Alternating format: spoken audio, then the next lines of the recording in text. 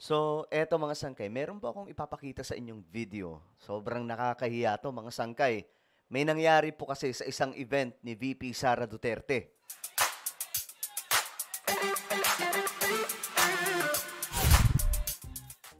Okay, eto na mga sangkay. Tingnan po natin.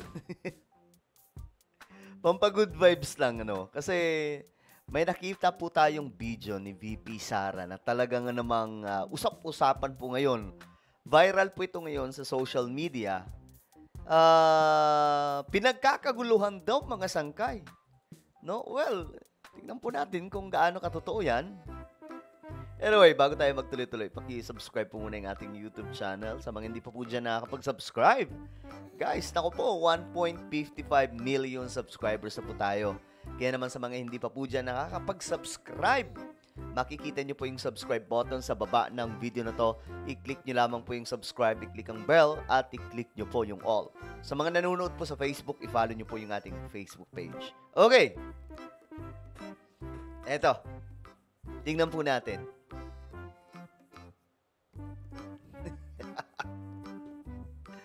Unahin ko na po yung tawa kasi kumakalat kasi ito ngayon. Ang daming nag-post nito eh. Ayan o.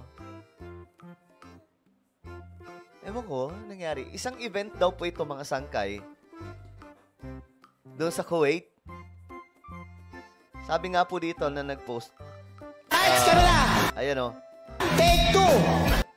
Lights, camera, take two, action. Para ipakalat ng mga bobong DDS na pinagkakaguluhan si Inday Sara sa Kuwait. Puro mga fake news ang mga...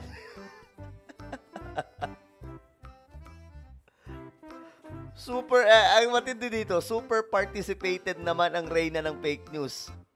Sabi dito, ang galing umacting, bravo. Ngayon, ito mga sangkay, tingnan nyo ha. Sa kuha ng video na malapitan, ano ba ito, Alicia? Action! Ayan. Ito yung malayuan na video, mga sangkay. Tingnan po ninyo. Dito, pinagkakaguluhan siya para siyang pinagkakaguluhan, di ba? Pero dito, tingnan nyo.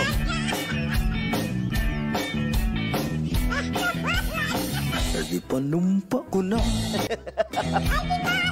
Lights, camera! Ito, mga sangkay, may mas klaro dyan. Ito. Kasi ganap na ganap dito si VP Sara eh. Ayan o.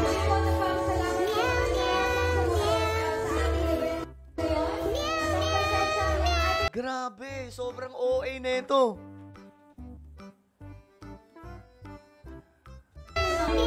Kasi ganap na ganap din po si Sara. Tingnan nyo oh. Ganap na ganap po siya.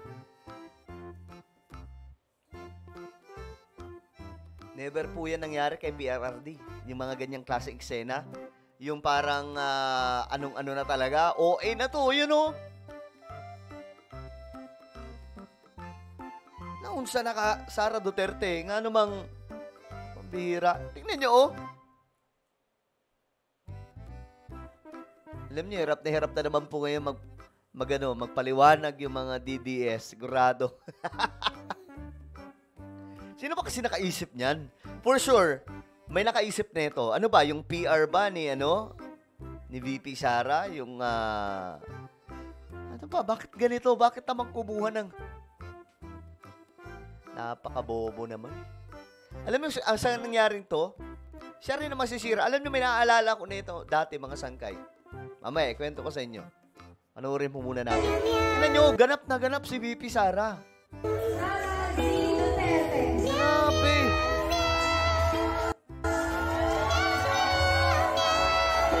Akala mo sobrang daming tao eh. Halos wala nga pong tao eh.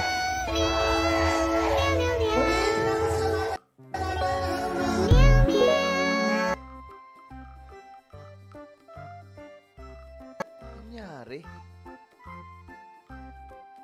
Oh, kay BBM, ito yung legit. Mga sangkay, tingnan nyo. Oh. Nalikan pa yung tiyan ni PBBM.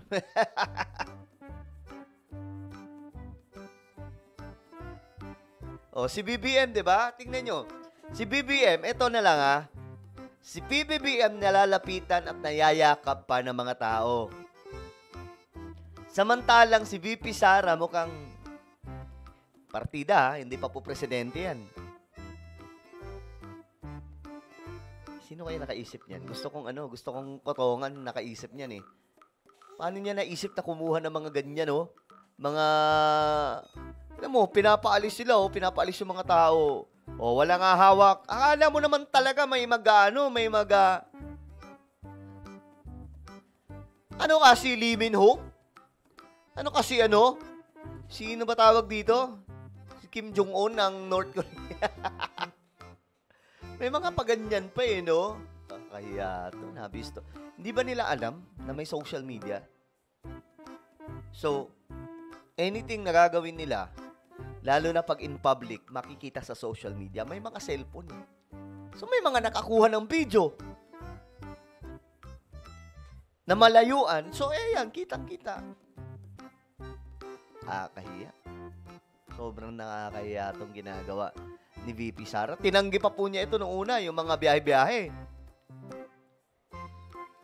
Alam mo naman talaga magtatakbuhan yung mga tao para lang makakuha sa mahawakan lang siya. Ano siya? Panginoon? Si PRRD nga mga sangkay, di ba? Dati kahit si Pangulong Rodrigo Duterte, hindi po umabot sa punto na ganito na po kayo. Niya na po ka-OA. Yan po, nag-post nga po, sabi niya, VP nyo, OA bodyguards pero siya may banta sa presidente. Kahit bakante mga upuan, sino hinahawi? Exactly, mga sangkay. Anak ng tepaklong yan. Kakatawa na to. Mag-i-edit pa sila. Nasaan ang audience? Walang nakaupo. Lights, camera, action. Ngayon nga mga sangkay, nagkakagulo po sila, diba? Yung mga DDS. Kakagulo sila, nag-away-away sila. Nag-away-away sila nung una dahil sa mga kabit ni PRRD. Pangalawa, dahil sa pera. Diba? Ngayon na naman, ang pinag-aawayan nila dahil sa humba. Pagkain, anak ng tipaklong yan. Alam nyo, naalala ko dito mga sangkay, yung dating vice presidente. Sobra ka OA, lutang, at kung ano-ano pa. Di ba, may tayo dati mga sangkay.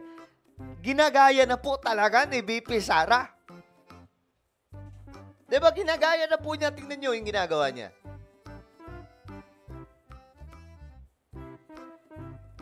My goodness, Vice President.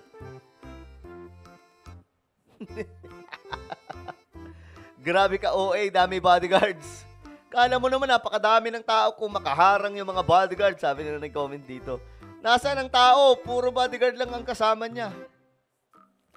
Naalala ko dito, isang sa naalala ko rin yung dati, yung sumikat yung kay Alden at kay Maine. Di ba may mga bodyguard yun, mga tagahawi? Ay nako, ewan ko ba.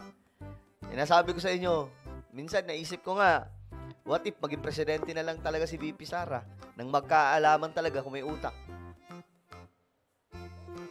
Nasa tayo? Lutang part 2 na vice president natin, vice presidente. Pambihira naman.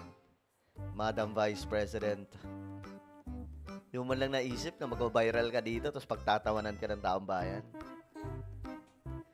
Ay, nako. Well, ano po ang inyong opinion, guys? Comment down below. Meron po tayong YouTube channel, Sangkay Revelation. Hanapin nyo po ito sa YouTube ngayon din. Then, click the subscribe, click the bell, and click all. Ako na po ay magpapaalam. Mag-iingat po ang lahat. God bless everyone.